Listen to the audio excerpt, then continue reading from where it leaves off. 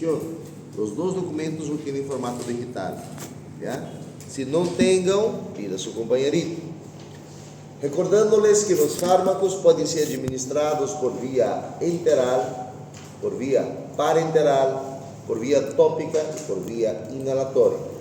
Cuando hablo de un fármaco por vía enteral, puede ser por deglución, por vía boca. Ahí no, doctor, se va a caer tu documento y se va a romper. ¿Seguro? Ya. Su responsabilidad. Los fármacos por vía sublingual tienen la ventaja de poder poner bajo lengua, hace su efecto mucho más rápido, no tienen que metabolizarse, por eso acaba siendo un poco más fácil. Los fármacos por vía retal tienen la misma característica que la sublingual, la diferencia es solamente el conducto que vas a administrarlo. En el caso de los fármacos parenterales, tengan mucho cuidado con los fármacos endovenosos o intramuscular, principalmente en lo que se refiere a los fármacos del sistema pulmonar, que interfieren en el pulmón. Son fármacos que se calcula dosis mínimas para poder administrar, justamente porque son fármacos que tienen un efecto muy fuerte o tienen una acción importante. Inhalatorios, ahorita vamos a hablar porque esas son las principales formas de utilización de los fármacos para vía oral. Los fármacos del sistema respiratorio lo organizaremos en antitusígenos, anti-inflamatorios, antimicrobianos, broncodilatadores y expectorantes.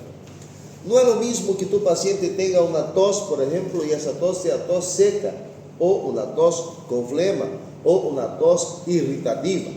Al tener la presencia de tos, y esa tos es por causa de una infección bacteriana que me produjo moco, hay un aumento de la producción de moco, tenga en consecuencia que lo que tienes que dar es un mucolítico expectorante, un fármaco que me va a destruir ese moco y me va a facilitar su retirada. Al tener un paciente fumatérico, por ejemplo, que te llega, o un paciente que hace trabajos en ciertas situaciones y ha expuesto su cavidad oral, su mucosa oral a productos irritativos, el paciente empieza a tener una tos seca. Entonces, su tratamiento es el bloqueo de esa tos. Por otro lado, a los bebés, los pacientes pediátricos, extremadamente doble cuidado, porque a esos pacientes la tos le está ayudando ao invés de hacerle daño. Às veces tienen niños de 3, 4 años que están tosiendo, y lo que el papá y la mamá quieren hacer es cortarle su tos para que no tenga con esto. Lo que tienes que hacer es buscar por qué está tosiendo. Porque esa tos es una tos seca, por ejemplo, es una tos con flema, es un mecanismo que tu cuerpo tiene para expulsar algo hacia afuera. No expulsa, ese elemento puede producir más daño adelante. Acuérdense de J Balvin, que decía, primo no nocere, ¿no? Eso ya saben 100%, son 50,000 veces que le avancé lo mismo, y hoy lo van a necesitar más que todo. Pero a los que no vieron todavía, le presento un otro sistema del dolor. Fármaco 1, lloraron con el ciclo del ácido araquidónico, y ahora les vuelvo a mencionar que no es la única vía de la inflamación, no es la única forma de producir dolor. Existen, por ejemplo, otras sustancias. Aquí, prostaglandina, una de ellas me produce, pero tengo serotonina, bradicinina, histamina, potasio, sustancia P y etc. ¿Están pasando fisiopata comparada? ¿Ya sabe la función de la sustancia P? Todavía no llegamos ¿No? ahí. Él pregunta en su examen, ¿no? Ya, quizás sea fisiopato 1. De toda forma, les aconsejo leer en el propio Goldman Hillman, capítulo 32, histamina y bradicinina. Si usted fue mi alumno de fármaco 1 y me ha hecho caso, leyó. Si no, ahora va a tener que leer de nuevo. ¿Ya? Son elementos que actúan mediante inflamación, respuesta inmunológica, dolor y etc. Me mandan informaciones para el sistema nervioso central. Y a partir de ahí entramos a la fisiopatología. Como al menos hay males que vienen para bien, esa proyectora es con sonido, ¿verdad?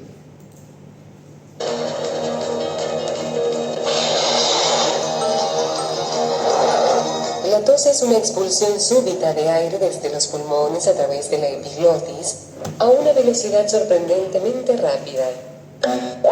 Comparada con una pelota de tenis golpeada a 50 millas, 80 kilómetros por hora, o una pelota de béisbol golpeada a 85 millas, 136 kilómetros por hora, la tos es más rápida, con una velocidad estimada en 100 millas, 160 kilómetros por hora.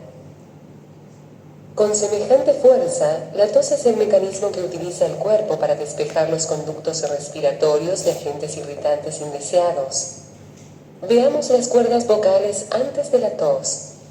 Para que la tos aparezca, varios acontecimientos deben tener lugar de manera consecutiva. Utilicemos un agente irritante no deseado, como el agua, en la entrada de la tráquea para desencadenar el reflejo de la tos. Primero, las cuerdas vocales se abren considerablemente, permitiendo así que pase más aire hacia los pulmones.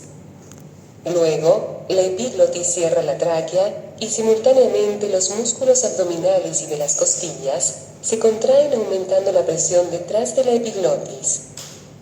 Con el aumento de la presión, el aire es expulsado violentamente, lo que provoca un sonido respiratorio anormal a medida que éste avanza velozmente a través de las cuerdas vocales.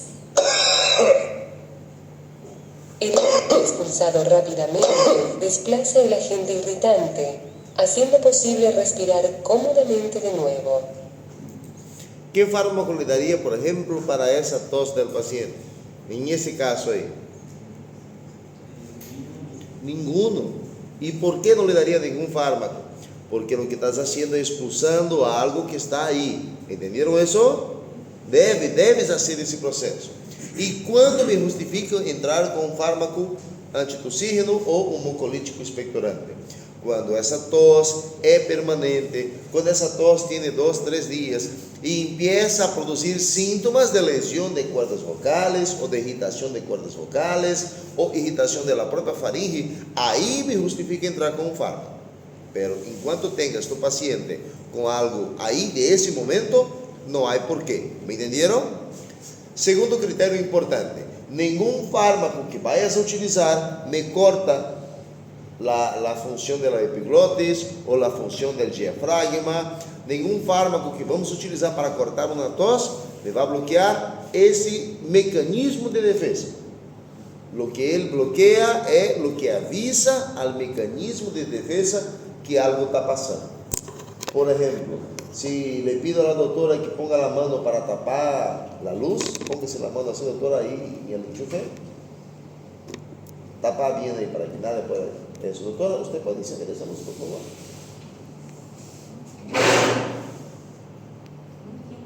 Dale su cámara, por favor. ¿No? Entonces, si yo tengo algo tapando la comunicación del mensajero a su receptor, no va a producir la tos. Esto es un fármaco antitussígeno, ¿me entendieron? Me bloquea la comunicación de las moléculas de señal con su receptor específico. Al hacer eso, no hay tos. ¿Entendieron? De ninguna forma se bloqueó el camino, la luz, la corriente, nada, pero se bloqueó la origen de la percepción del señal. Dígalo. Independiente de lo que sea el motivo de la tos. Independiente. Puede ser por virus o alguna bacteria. Cualquier cosa, si usted me da una codeína o un dextromethorfano, me va a cortar la percepción de la tos. ¿Ya? Esos dos fármacos, la codeína y el dextromethorfano, esos dos fármacos me cortan la percepción de la tos. En otras palabras, son antitussígenos. Lo utilizamos para tratar pacientes con tos seca. Todo fumatérico, él tiene bronquitis crónica, ¿ya? Toda persona que trabaja con carbón, que trabaja con humo todo el tiempo, ese humo me ingresa a la parte de fosas nasales, me va a la parte pulmonar y ni siempre se puede expulsarlo de forma adecuada. Ese humo me va a producir un aumento de la producción de moco, y como el fumatérico o el trabajador trabaja con humo, eso es veneno por si acaso, ¿ya? Cuando el fumatérico está todo el tiempo expuesto a ciertas situaciones, entonces empieza a irritar la mucosa del bronquio, y lo que hace el bronquio es aumentar la producción de moco, ¿no? Está irritado, tiene mayor moco, entonces el fumatérico tiene algo llamado bronquitis crónica. ¿Le daría para su tos seca? ¿No? ¿Por qué? ¿Ah? ¿Por qué no iba a ayudar? A ver, ¿otro? ¿No? ¿Tampoco otra? Por la flema, porque tiene moco ahí adentro. Entonces, ¿qué tienes que dar? Algo para sacar el moco. Si la doctora quisiera, por ejemplo, agarrar ese marcador, ¿qué necesitaría? Tener con su mano y sacarlo del marcador. Si saca el marcador de mi mano, pierdo la función que él tenía. ¿Me entendieron o no? En un caso de un paciente con bronquitis, el que le está produciendo la tos seca, o la tos, perdón, es el moco que está en los pulmones, en los bronquios, mejor diciendo. Esa irritación de los bronquios está asociada a moco. Y si yo tengo, y si tengo moco ahí adentro, ¿qué tengo que hacer? Sacar el moco. Para eso existe un grupo de fármacos llamados mucolíticos expectorantes. Se desaparecieron.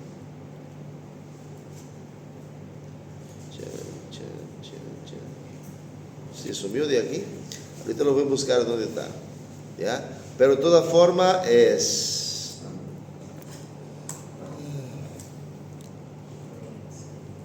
acetilcisteína, bromecina, ambroxol. Esses três fármacos são utilizados para destruir el moco que tenga el paciente. Ya tienen su tabla, doctores. Ahí en su tablita, al ladito debería ponerme una raíz de poner tos con flema, tos con flema, tos con flema. En su tabla, en su cuadernito.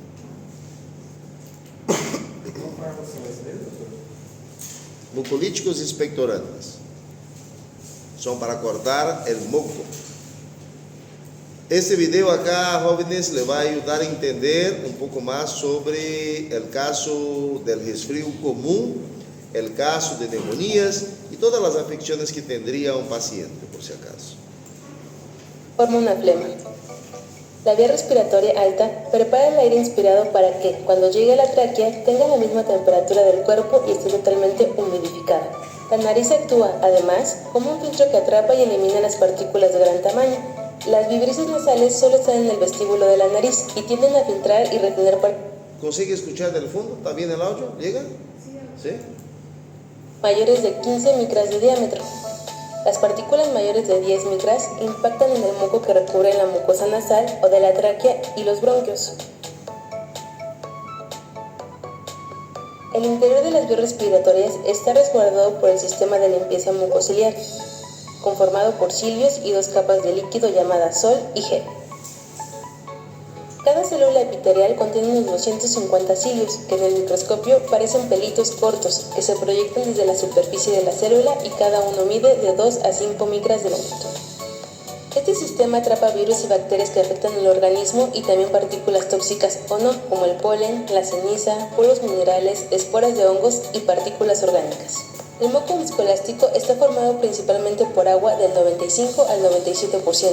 Los individuos sanos producen unos 100 mililitros diarios de moco. Los cilios baten con una oscilación coordinada en un ritmo característico a unos 1000 golpes por minuto, con un potente golpe hacia adelante, con el que las puntas llegan hacia la capa del moco viscoso y la mueven junto con las partículas atrapadas. Los cilios de la nasofaringe y los cilios de la tráquea barren en la dirección que empuja el moco hacia la faringe. Después de ese proceso, el moco es eliminado a través de la tos, el estornudo, las gotitas de flush. ¿Sabe qué son las gotitas de Flugger? ¿Sabe qué son eso? No. Anoten esa palabrita. De aquí hasta el día que usted se muera como médico viejito jubilado, quizá lo van a escuchar esa palabrita, ¿ya?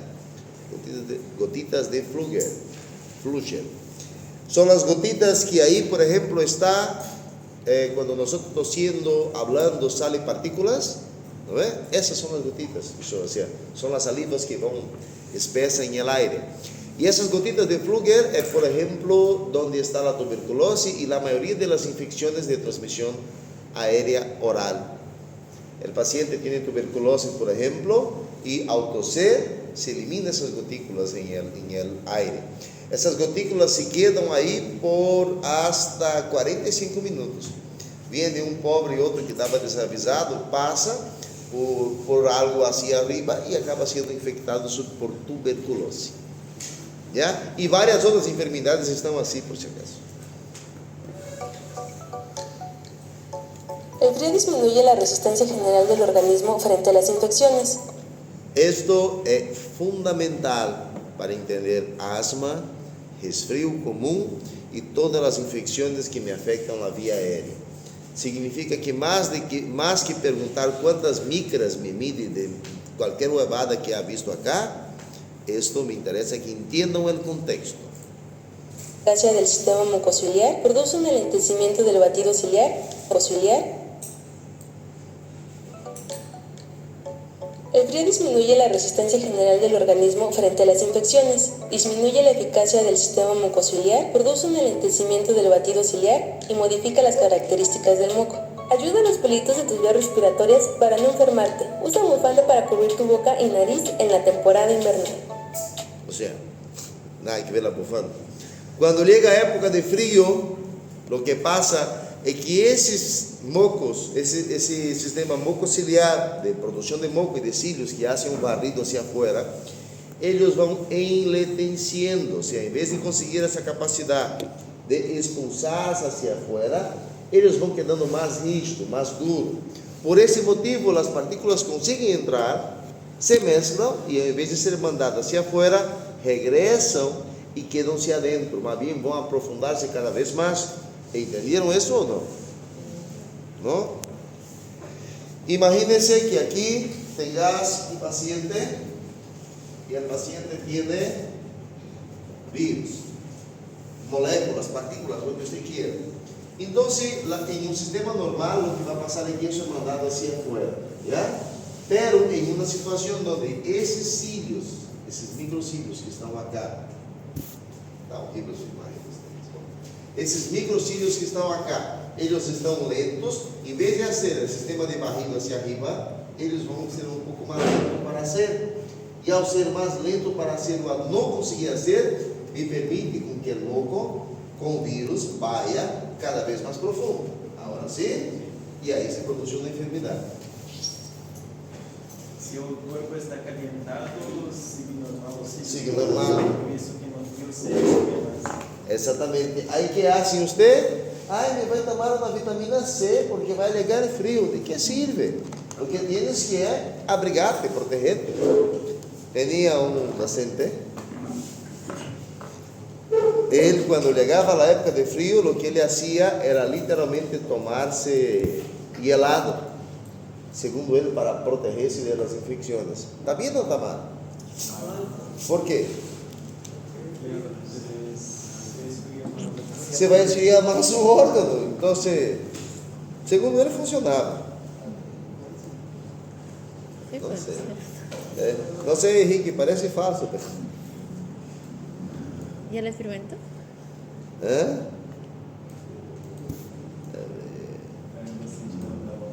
Ah, tá ele aqui. ele experimentou. Não desapareceu uns tempos aí, mas já acharam ele.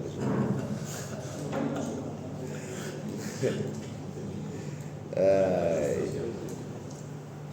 Não foi ustedes, não? Os três que param juntos. ¿Ya les puse ese video? No.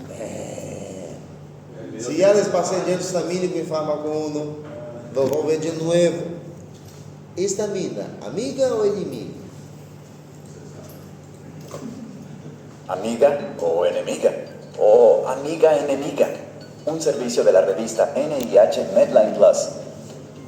¿Es la histamina el químico más insoportable en el cuerpo? De eso está hecha la alergia. Rinitis, alergia a los alimentos, alergia en la piel. La histamina juega un papel importante en todas ellas. Todas esas condiciones juegan un gran papel en nosotros mismos. En 2015, los datos del CDC mostraron que más del 8% de los adultos tenía rinitis alérgica. Más del 5% de los niños en Estados Unidos tenía alergia a los alimentos. Y por lo menos el 12% de los niños en Estados Unidos tenía alergia en la piel. ¿Qué está pasando? ¿Por qué tenemos este químico perverso en nuestro cuerpo? Bueno, la histamina es, en general, nuestra amiga. La histamina es una molécula de señalización que envía señales entre células. Le dice al estómago que produzca ácido estomacal. También ayuda a su cerebro a mantenerse despierto. Quizás haya visto estos efectos ilustrados en los medicamentos que bloquean la histamina. Algunos antihistamínicos nos dan sueño y otros se usan para tratar la acidez estomacal. Ahí ya tiene una excusa, ¿ya? Si por si acaso va mal en el examen, diga a su docente que porque estaba bajo efectos de drogas. ¿Cuál droga? Doctor, me tomé una cloferinamina. Ele é um antihistamínico que me produce sueño, ¿ya? ¿Y por qué te tomaste eso? Porque estaba con rash cutáneo, estaba con picazón por el cuerpo. ¿Me entendieron? ¿Sí? ¿Puede hacer esto? Intente hacerlo con fármaco. Vamos a ganar full punto por esto. La histamina también funciona con nuestro sistema inmunitario. Nos ayuda a protegernos de invasores. Cuando el sistema inmunitario descubre un invasor, unas células llamadas células B producen anticuerpos IgE. Los IgE son como señales de buscado que se extienden a través del cuerpo, advirtiéndoles a otras células del sistema inmunitario a qué invasores buscar. Finalmente, los mastocitos y los basófilos levantan los IgE y se hacen sensibles a ellos. Cuando se ponen en contacto con el invasor, lanzan histamina y otros químicos antiinflamatorios. Los vasos sanguíneos se vuelven más permeables. Así, los glóbulos blancos y otras sustancias de protección pueden colarse y pelear contra el invasor. Las acciones de la histamina son geniales para protegernos contra parásitos. Pero en la alergia, el sistema inmunitario reacciona de manera exagerada a sustancias inofensivas, no parásitos. Es ahora cuando la histamina se convierte en nuestro enemigo. Alérgenos comunes incluyen maní, polen y caspa de animal. Los vasos sanguíneos permeables causan lagrimeo, congestión nasal e hinchazón en todos lados. La histamina funciona con los nervios que producen picazón. En el caso de la alergia a los alimentos, produce vómitos y diarrea. También hace que los músculos en los pulmones se contraigan, dificultando la respiración. Lo más preocupante es cuando la histamina causa anafilaxis, una reacción grave que puede ser fatal. Las vías respiratorias hinchadas pueden dificultar la respiración y una caída rápida de la presión arterial puede impedir que la sangre llegue a los órganos. Entonces, ¿qué se puede hacer con la histamina? Los antihistamínicos impiden que las células vean a la histamina y pueden tratar la alergia común. Medicamentos como los esteroides pueden calmar los efectos inflamatorios de la alergia y la anafilaxia debe ser tratada con una inyección de epinefrina que abre las vías respiratorias y sube la presión sanguínea. Así que nuestra relación con la histamina es complicada. Hay cosas que podemos mejorar. Los NIH. Eso es importante. Ahorita les voy a hablar más sobre esto, ¿ya? Le estoy mostrando esos videos porque voy a empezar a avanzar el tema y encima del tema, para saber cuál fármaco usar, por qué usar y de qué forma usar, van a necesitar de ese elemento. Hay dos videos más que les voy a mandar para casa. Uno de estos es este. Ahorita les voy a hacer un pequeño resumen de él sobre la tuberculosis. La tuberculosis es una enfermedad bacteriana de transmisión persona a persona, contacto directo, ¿ya? Es una de las enfermedades más antiguas que hay en la historia Y aquí, por ejemplo, son las gotitas de Flügel que tienen en su interior el Mycobacterium tuberculosis. Ao entrar em contato, por exemplo, com uma pessoa que está infectada, essa partícula ingressa a la vía respiratoria superior y me desciende hasta la vía respiratoria inferior. Una vez que esté en el pulmón, llega una célula llamada macrófago. La función de los macrófagos es justamente fagocitar, engolir, devorar, destruir ciertas sustancias que vienen. Pero al parecer, la bacteria es resistente a esa fagocitosis y lo que va a pasar es que ella más bien se aprovecha para multiplicarse ahí. Los macrófagos ahora infectados por la bacteria, lo que ellos intentan hacer es llamar a sus otros amigos, sus otros pinky, para que vengan y le ayuden a proteger. Y lo que hacen los otros es traerle calcio para hacer un granuloma, una capa de calcio alrededor de mis macrófagos infectados con la bacteria. ¿Entendieron eso? Y una vez que hacen esto, todo se queda belleza, ahí hasta el día que te baja tu inmunidad. Baja tu inmunidad, estos que estaban acá para proteger y vigilar que esa capa de calcio no desaparezca, acaban desapareciendo. Y te baja la inmunidad y lo que va a pasar es que la bacteria va a poder liberarse, multiplicarse cada vez más y producir una o varias lesiones en el cuerpo del paciente. Como más mediante todavía, esa bacteria puede ir a la sangre y diseminarse y afectar a otras partes del cuerpo, como por ejemplo tuberculosis extrapulmonar, que ahí son todas las demás, riñón, hígado, intestino. El único lugar que no tiene o que no va a tener tuberculosis es la piel, no, la uña y el cabello. ¿Ok? Les voy a enseñar de forma bien rápida el tratamiento para tuberculosis ahorita. Enciéndame la luz, por favor.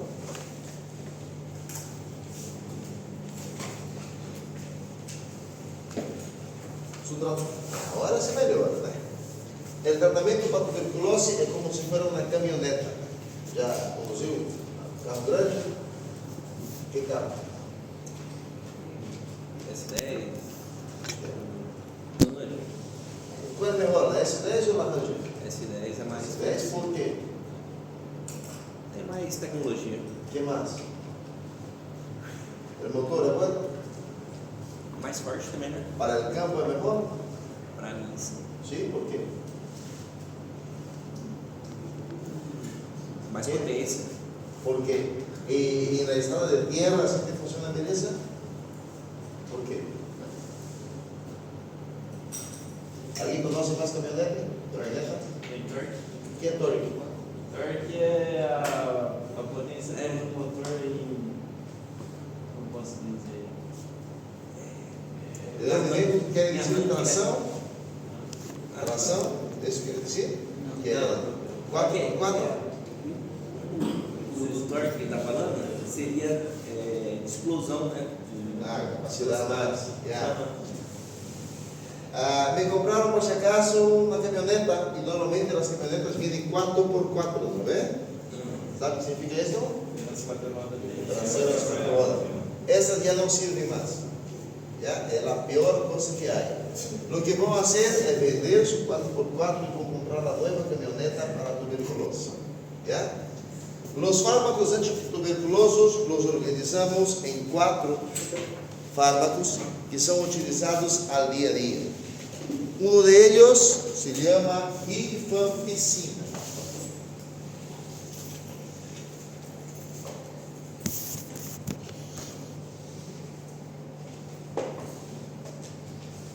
El segundo de ellos se llama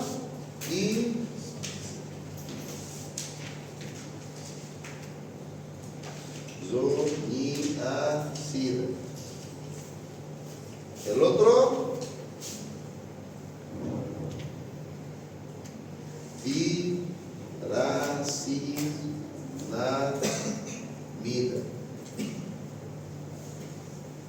piracinamida. Y el otro se llama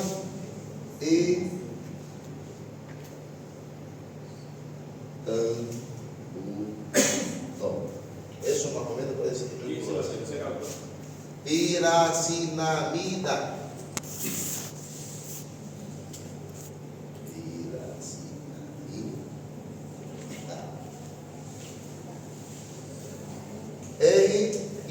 RIPE, HIPE. El esquema para tratar tuberculosis le hacemos en dosis de ataque y dosis de mantenimiento, o fase intensiva y fase de continuación. Hay gente que llama esa de intensiva e continuación. Esa sería la terminología básica que usamos: ataque, mantenimiento o intensiva y continuación. La fase intensiva o ataque es por 2 meses y esta es por 4 meses. Entonces el tratamiento para tuberculosis se trabaja con 4 fármacos: HIPE, rifampicina, isoniazida, piracinamida y etambutol. ¿Ok? Vuelvo a decir, el tratamiento para tuberculosis se basa en 4 fármacos: rifampicina, isoniazida, piracinamida y etambutol. Esses 4 fármacos le utilizamos durante 2 meses un esquema y durante 4 meses otro. Sería 4 por 2 y 2 por 4. Ya no tiene que comprar una camioneta más 4 por 4 ahora. Comprar la camioneta 2 por 4, la utiliza por 2 meses, la vende y después le comprar la otra. ¿Entendió?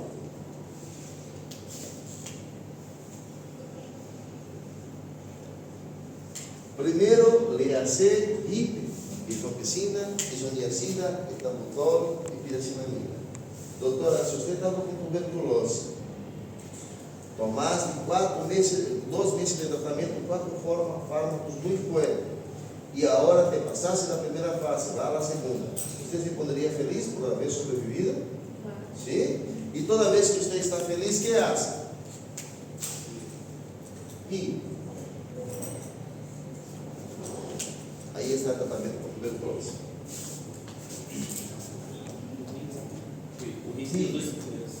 Rifampicina, isoniazida.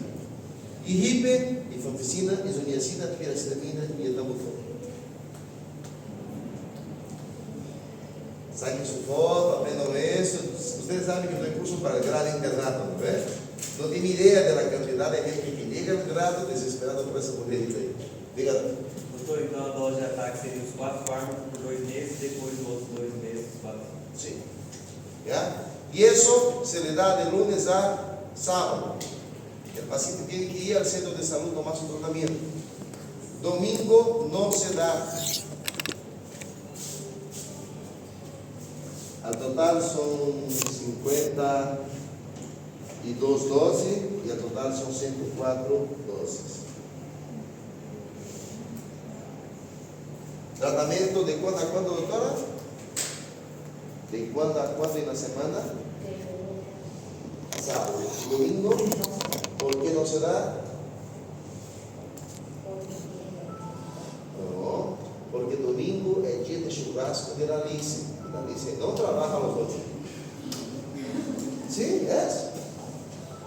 No se da los domingos porque esos fármacos son hepatotóxicos, nefrotóxicos, ototóxicos, afectan a la parte ocular, son fármacos extremadamente tóxicos y hay que dar un descanso farmacológico a ese paciente.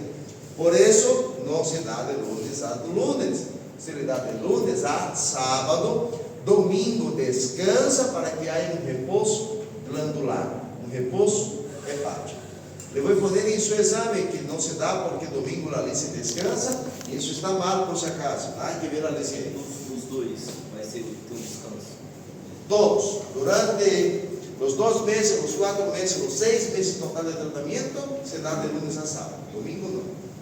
¿Ya? Descanso, o que é outra vez isso aí? Reposo glandular, reposo hepático. Não tem nenhum desses que dá tipo segunda, quarta e sexta? No. Seguido. ¿Ya? como ya les comenté, tengo mi libro, mi material, y no hay por qué ustedes comprar ahorita cosas que van a necesitar solo próximo semestre. Otra cosa, no hay ningún punto involucrado en eso y nunca le voy a dar, tampoco le vendo ahora en ese momento. Pero, para que no estén buscando en literaturas que están un poco desactualizadas, la parte de tratamiento para tuberculosis y VIH les quiero compartir acá. Dame un segundo. Apáguenme la luz, porfa. Saquen foco si quieren, ¿ya? No hay ningún problema.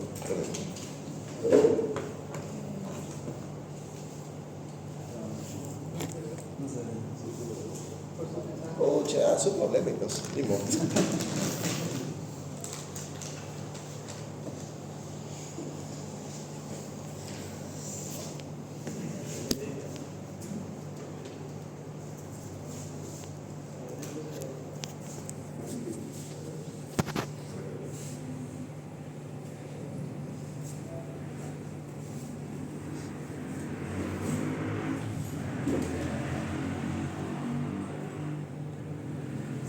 Espérate.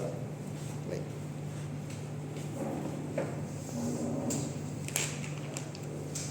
¿Consiguieron?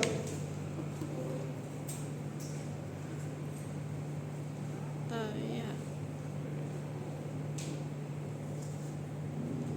Déjame subir aquí, va a quedar mejor. Ahora. Caramba, che. Está medio borroso. Ahora sí.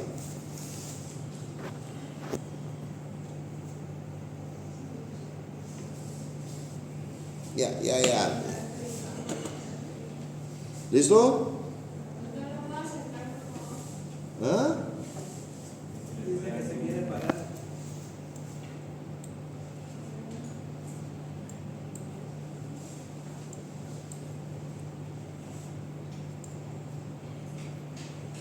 Ya.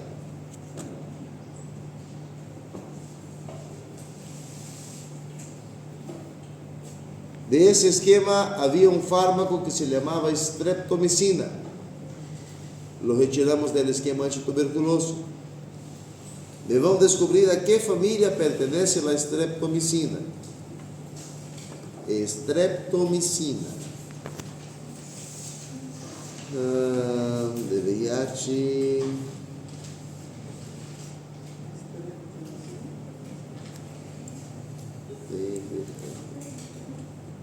Eso aquí es TDM.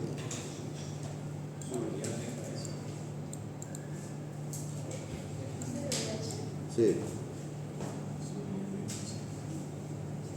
Acá de VIH, la única diferencia, jóvenes, que aquí se llama TDL. Déjame arreglar para que no me compata. TDL. Tenofovir, dolutegravir y lamivudina. Espera. Déjame ver. TDL.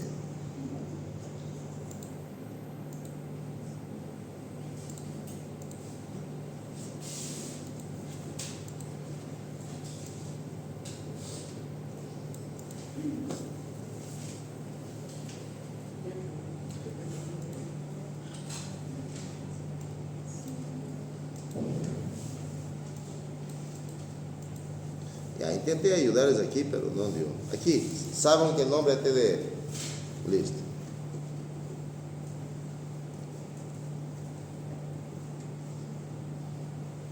¿Ya? ¿Listo?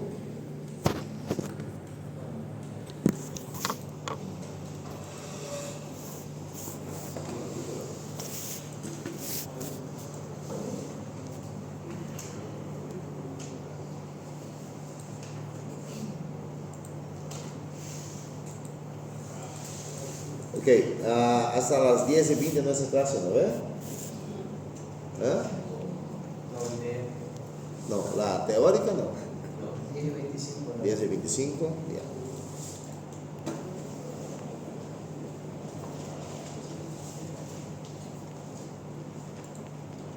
Descansen 5 minutos.